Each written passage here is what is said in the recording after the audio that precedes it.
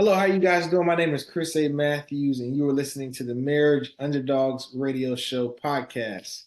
And yes, once again, I have another phenomenal guest, and they are a licensed marriage and family therapist.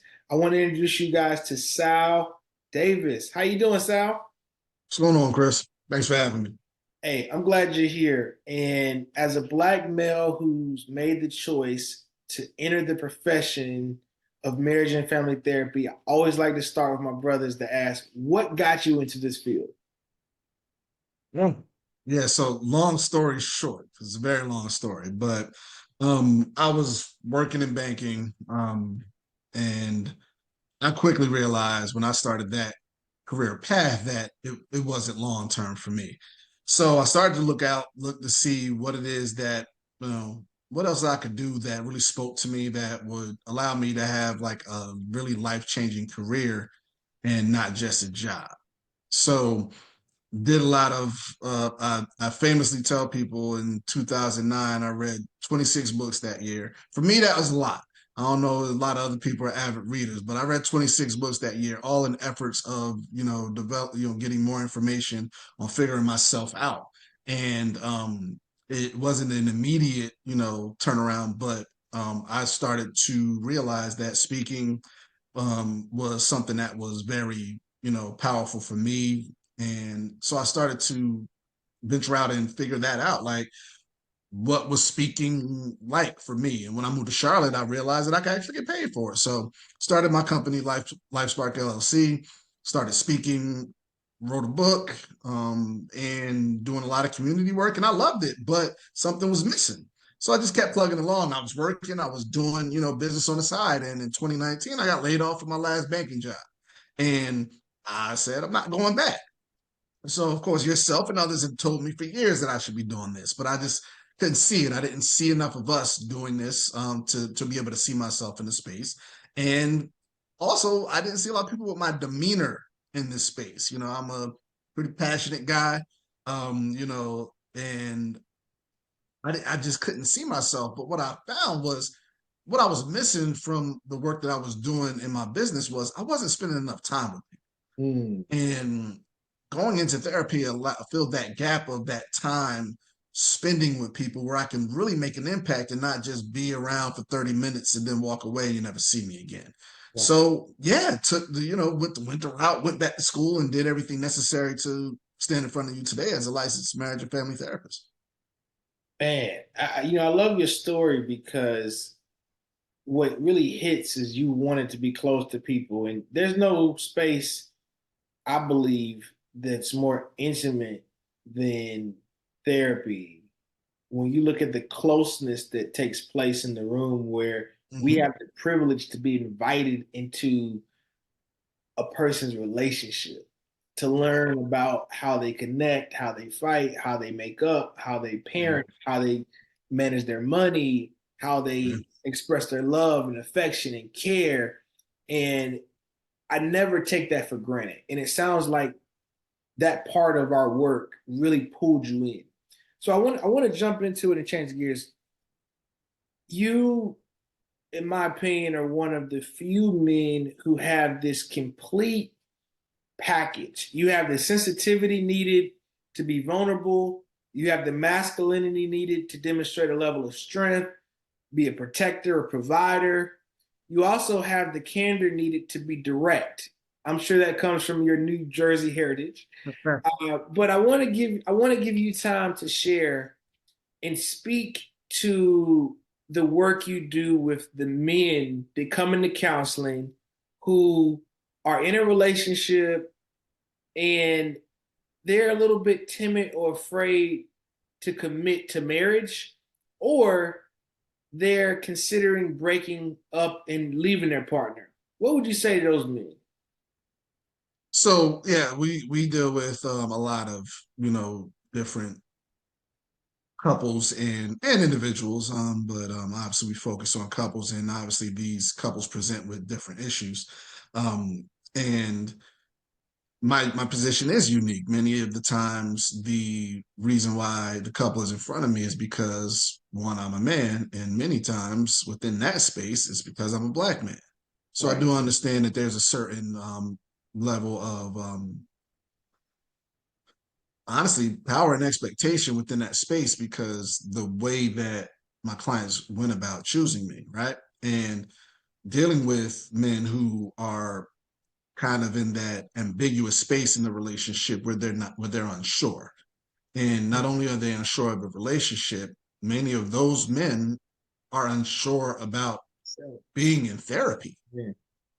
Yeah. because it presents And in the therapy and themselves, right? yeah, in Yeah. therapy because of themselves, right? Like Mhm. they're not comfortable in a space where the requirement is to talk into depth and to be vulnerable, right? So, and you're doing it in front of a stranger, right? So many times what that looks like is to be able to create that safe space and understanding that it's a deeper it's expressing confidentiality within an empathetic personal space, right? So of course we go over the consent part of confidentiality. That's the book where the structure and all of that. But what these men need is that intimate confidentiality of trust in that safe space of saying, okay, I can actually talk about the things that I want to talk about in here that makes me uncomfortable. I know it's going to make my partner uncomfortable, and I'm doing it in front of a man that I never met before. So for me, it's creating a safe space for them to be able to do so. And what that looks like is being being myself, being comfortable within my own space, because that allows me to create it's modeling the safe space for them. And So what I'm so hearing you being say, so what you're saying, Sal, is when a man comes in and they're in a they're at an impasse. They don't know how to proceed forward in the relationship. Their partner may want or desire marriage, and that man is contemplating what decision or what direction to go in. They come into counseling with yourself. You're able to create a non-judgment, safe space where the trust is high and they're able to communicate how they feel, and you can dissect or unpack all the thoughts and emotions that are inside of them that correlate with making that decision to either marry or essentially dissolve the relationship or just stay stagnant and continue to do what they're doing. yes, absolutely. But it all starts with making sure that they're comfortable enough for me to be able to have something to dissect. Absolutely. Mic drop. Great point. If they're not comfortable enough to express themselves, then you, as the clinician doing talk therapy, don't have anything to work with. Now, let's transition. When you're working with heterosexual couples, which is our predominant population, I know we treat all Yes. couples, we don't discriminate, but a lot of our clients or most are heterosexual couples, male, female. And when these couples come in and you're working with them, how do you identify the appropriate way to hold each partner accountable for their actions without them believing or feeling like you as the therapist are taking sides? Mm. Chris, that's a great question, Chris, and that's addressing a concern that many couples come with and many men within the space come with. And Absolutely. being able to do that is again it's creating the safe space. And you know what a lot of it is, Chris? Mhm. It's addressing it head on. Like you feel the energy in the room if you're doing what we do. All communication is communication. That's a saying that we have in our Not communicate. Yeah. yeah, you're never not communicating, right? So that means that I have to pay attention not only what you say, but your nonverbals as well, right? So understanding that those things are happening, you can sense a place where somebody might be uncomfortable, and you can sense where it could be because of what they might perceive as an imbalance, depending on what technique we're using at that time and what part of therapy we're in. So one of the first things you got to do is just address it head on and help them understand exactly what it is you're doing, and sometimes even go into the why to be able to help them understand and get again create that sense of comfort with, no, this is part of what we're doing to be able to help you guys reach this goal that you set. and this is why we're going about it this way. So I don't want you to feel that I'm taking sides or anything. This is in line with what you said we wanted to do as far as goals. So what I'm hearing you say, you address that head on. You highlight directly to the clients that your goal is not to take sides, and you express how it may feel that way because it can be a little heavy to take accountability or responsibility for an action you may not be proud of. I'm also hearing that you do a good job, Sal, in session of making sure that the clients are safe enough to express themselves. And on top of that, you use their language. I'm hearing you talk about how you use the client's language. You're not doing too many hypotheses at that point in time. You're allowing the client to hear back what they're saying. So it's not you as this arbitrator or dictator telling them what they're doing or telling them how to feel. You're parroting back, and through that parroting process, they're able to hear their own words and not just the counselor's words. So I want to ask you this. A lot of times in therapy, because the environment's safe, you'll see or experience a lot of heightened emotion. That could look like yelling, that could look like crying, it could look like shutdowns. When a man expresses himself in a vulnerable place in counseling, and the woman may or may not receive it properly. If a woman sees their husband or their boyfriend cry for the first time, what are some of the reactions you observed, and how do you work to keep that room safe for that partner just being vulnerable? That's a very good question because I've seen I've seen all of it. It feels like at this point you know, crying outburst, the withdrawal, which is a little bit more consistent as far as my experiences at this point in time, and sometimes the anger outburst as well. And one of the first things that I try to do is again going back to creating a safe space. And many times what I've heard from men is that they don't feel that they have the space to express themselves in any way, shape, or form without some type of negative response. So me hearing that, the first thing that I have to do is to be able to give them their space to express in that moment. If they need to yell, if they need to cry, if they need to withdraw, and then they're in this space where they're expected to say something, but they're in the point where they're just kind of stoic. Let them have that space. Let the space be. We do not need to fill space just because the space is there. Because this man right now is feeling something and he needs room to fill it. So the first thing I do is give him the room to express. Right.